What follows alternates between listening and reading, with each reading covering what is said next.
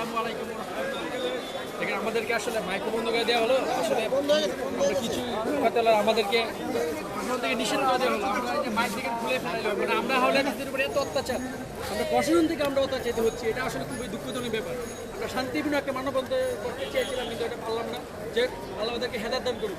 আমরা তো চাই যে সমাজে কোরআন এবং সহিহ হাদিস প্রচার হোক, তারপরেও আমাদেরকে কেন অত্যাচারিত করা হয়? আজকে আমরা শান্তিপ্রিয় মানববন্ধন করতে চেয়েছিলাম, কিন্তু প্রশাসন লোক আমাদের ব্যানার, পোস্টার এবং আমাদের মাইকগুলা ভেঙে চুরে ছাড়কার করে দিল।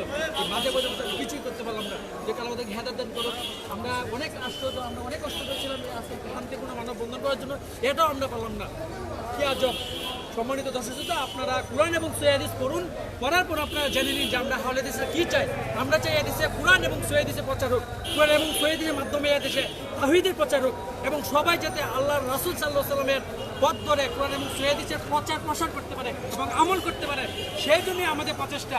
আপনারা আমাদেরকে ভুল বুঝবেন না। আমাদের শেখ আব্দুর রাজ্জাক বিন ইউসুফ হাফেজুল্লাহর উপর হামলা করা হলো। আমরা চেয়েছিলাম শান্তিপূর্ণ একটা মানববন্ধন করতে, প্রশাসন আমাদেরকে তাও করতে দিল না। তার মানে সবাই আমাদের বিপরীতে কাজ করে। প্রশাসন আমাদেরকে এই মাইকগুলোকে একেবারে ভেঙে চুরে ছাড়কার করে দিল। আমরা খুবই মর্মাহত এবং আমরা আল্লাহর কাছে প্রার্থনা করছি, আল্লাহ তুমি সবাইকে হেদায়েত দান করো এবং এ সারা বাংলাদেশে কোরআন এবং সহিহ হাদিসে তুমি প্রচার করে দাও। শেখ আব্দুর রাজ্জাক বিন ইউসুফ হাফেজাহুল্লাহ যেভাবে কোরআন এবং সহিহ হাদিসে প্রচার করছেন, সারা বাংলাদেশে কোনো ব্যক্তি নেই যে উনার মতে এত কোরআন এবং সুন্নাহর কথা বলে। তারপরে উনার উপর আঘাত করা হলো। আমরা চেয়েছিলাম যেন উনার এই হামলার উপর একটা প্রতিক্রিয়া জানাতে মানববন্ধন এবং শান্তিপ্রিয় প্রশাসন আমাদেরকে অফ করে দিল। মসজিদের সামনে আমরা করতে চাইলাম, মাইক এবং সবগুলো ভেঙে দেওয়া হলো। খুবই মর্মাহত হলাম। যাই হোক, পরিশেষে এটাই বলতে চাই, আল্লাহ তুমি সবাইকে হেদায়েত দান করো এবং এই সারা বাংলাদেশকে কোরআন এবং সহিহ হাদিসের একটা মাধ্যম তুমি, আল্লাহ প্ল্যাটফর্ম তুমি তৈরি করে দাও। সবাই বলে আমিন। এবং আমরা আরও চাই বাংলাদেশের যারা আছে সবাই যেন কোরআন এবং সহিহ হাদিস পড়ে এবং ইনশাআল্লাহ 2030 সালের মধ্যে সারা বাংলাদেশে আহলে হাদিসের যে একটা উত্তোলন শুরু হয়েছে।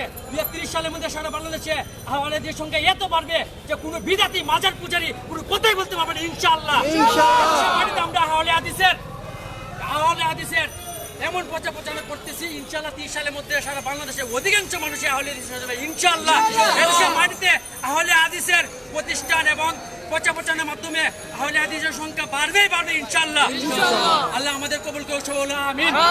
লিল্লাহি তাকবীর, আল্লাহু আকবার। আহলে হাদিসের আলো, লিল্লাহি তাকবীর, আল্লাহু আকবার। আসসালামু আলাইকুম ওয়া রাহমাতুল্লাহ। এখানে আমরা আলোচনা শেষ করছি। আসসালামু আলাইকুম ওয়া রাহমাতুল্লাহ।